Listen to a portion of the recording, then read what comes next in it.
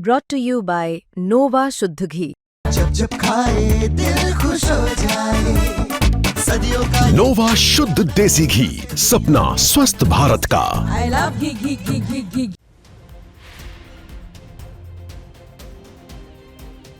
करीब 10 महीने के इंतजार के बाद सरकार ने 8वां वेतन आयोग बना दिया। वेतन आयोग की नई टीम जस्टिस रंजना प्रकाश देसाई 2 और सदस्यों के साथ लीड कर रही है। वेतन आयोग बनाने के साथ सरकार ने टर्म्स ऑफ रेफरेंस भी नोटिफाई किया है। कई दिनों के बाद टर्म्स ऑफ रेफरेंस में किए गए खेल को कर्मचारी संगठनों ने पकड़ लिया है। फाइनेंशियल एक्सप्रेस की रिपोर्ट के मुताबिक कर्मचारी संगठनों ने आरोप लगाया कि नए वेतन आयोग से 69 लाख पेंशनर्स को सीधे बाहर कर दिया गया है। मतलब 8वां वेतन आयोग केवल उन लोगों के लिए बना है या उन लोगों के सैलरी रिवीजन की बात करेगा जो केंद्र सरकार की नौकरी कर रहे हैं। 69 लाख पेंशनर्स जैसे थे वैसे ही रहेंगे।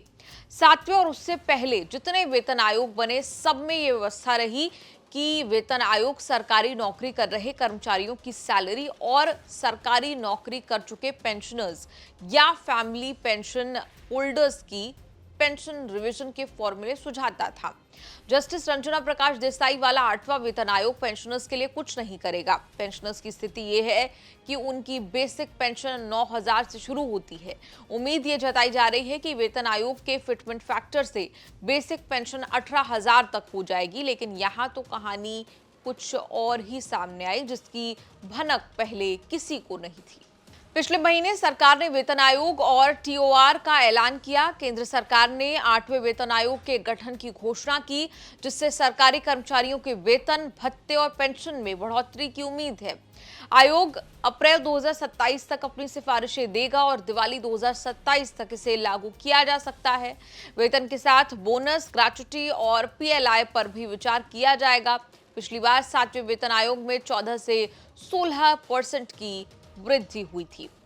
All India defence employees federation AIDEF, all India trade union congress और centre of Indian trade unions ने टीओआर पर कड़ी आपत्ति जताते हुए वित्त मंत्री निर्मला सीतारमण को चिट्ठी लिखकर टर्म्स ऑफ रेफरेंस ठीक करने की मांग की है। कहा है कि दुर्भाग्यपूर्ण है कि 69 लाख पेंशनर्स को 8वें वेतन आयोग से बाहर रखा गया है। 1 जनवरी 2026 से पहले रिटायर कर्मचारियों के पेंशन को टीओआर में शामिल किया जाना चाहिए। कम्यूटेड पेंशन की बहाली 11 साल बाद की जानी चाहिए। हर 5 साल में 5% पेंशन वृद्धि होनी चाहिए। अब ये पक्का नहीं कि कर्मचारी संगठनों ने पेंशनर्स के बारे में टीओआर को सही पढ़ा या कुछ गलत समझ लिया है। जब तक सरकार या वेतन आयोग क्लियर नहीं करता, ये सस्पेंस बना रह सकता है, क्योंकि एक बात तो तय है कि सरकार को संगठनों ने पेंशनर्स की चिंता को लेकर लिखा है। टीओआर वो दस्तावेज है जो निर्धारित करता है कि वेतन आयोग किस दिशा में काम करेगा, मतलब स्कोप ऑफ वर्क की डेफिनेशन होता है टीओआर। इसमें सरकार नहीं बताती है कि कितने फिटमेंट फैक्टर के आधार पर सैलरी रिवीजन किया जाएगा। ये काम आयोग करेगा सभी स्टेक होल्डर्स यानी सरकार और कर्मचारी संगठनों से बात करके। सरकार ने 8वें वेतन आयोग का ऐलान जनवरी में किया था, फिर मंथर गति से चीजें चली। पिछले दिनों कैबिनेट ने 8वें वेतन आयोग का ऐलान किया। सरकार ने कहा कि 1 जनवरी 2026 से ही वेतन आयोग की सिफारिशें लागू होंगी, लेकिन रिपोर्ट देने के लिए जस्टिस रंजना प्रकाश आयोग को 18 महीने का समय दिया गया है। इस हिसाब से रिपोर्ट आने में अप्रैल 2027 आ जाएगा। फिर सरकार ने अपना समय 6 महीने लिया तो दिवाली 2027 तक चीजें लागू होने की स्थिति में होंगी। तो आप लोग पेंशन, ओल्ड पेंशन के लिए भी आप लोग काफी मांग कर रहे हैं और 20 साल से ये मांग चली जा रही है। ओल्ड पेंशन पर तो सरकार किसी तरह से मानने को तैयार नहीं है। तो क्या इस वेतन आयोग में भी इस पर कोई बातचीत होगी? ऐसी कोई डिमांड रखी गई है ओल्ड पेंशन को लेकर? जी, पॉइंट नंबर अगर 5 आप हमारा पढ़ेंगे टर्म्स ऑफ रेफरेंसेस का, तो उसमें यही है कि NPS should be scraped and old pension scheme should be restored. ये हमारी मतलब जो है 5th सबसे बड़ी डिमांड है। तो सरकार इस पर कुछ बढ़ी है, आगे कुछ स्टेप लिए हैं उसने। 6 अप्रैल 2023 को उसने कमेटी कॉन्स्टिट्यूट की, कमेटी का गठन किया। फिर 24 अगस्त 2024 को एक नया पैकेट आया, नया ड्राफ्ट आया जिसे हम यूनिफाइड पेंशन स्कीम कहते हैं। उसमें अभी कुछ बड़ी व्यावहारिक कमियां हैं, मतलब मैं उसे कहूँगा कि वो बड़ी अव्यावहारिक बातें हैं। अभी हमने 7 अक्टूबर को ऑनरेबल सेक्रेटरी साहब जो पेंशन के हैं, श्री वी श्रीनिवास जी के साथ इस मसले पे बातचीत की है, उनको अवगत भी कराया है कि जब तक ये व्यावहारिक कमियां दूर नहीं होती तब तक हम लोग यूनिफाइड पेंशन स्कीम में नहीं जाएंगे। तो ओल्ड पेंशन स्कीम का मुद्दा चल रहा है, वो अगर सॉर्ट आउट नहीं होता है तो पे कमीशन में बहुत ही ज्वलंत मुद्दा होगा और उस पर बातचीत उठती रहेगी, तब तक उठती रहेगी जब तक कि उस पर समाधान नहीं निकल नहीं तो आता। क्या unified pension scheme UPS fail हो गई है?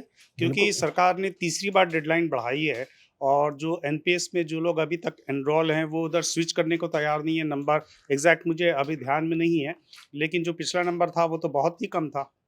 देखिए, अभी तक जो गवर्नमेंट के जो आंकड़े हैं वो ये हैं कि तकरीबन 47,000 कर्मचारियों ने यूनिफाइड पेंशन स्कीम में स्विच किया है। मैं आपको बता दूं, ये जो 47,000 इसका 90% वो हैं लोग जो रिटायर्ड हैं ऑलरेडी।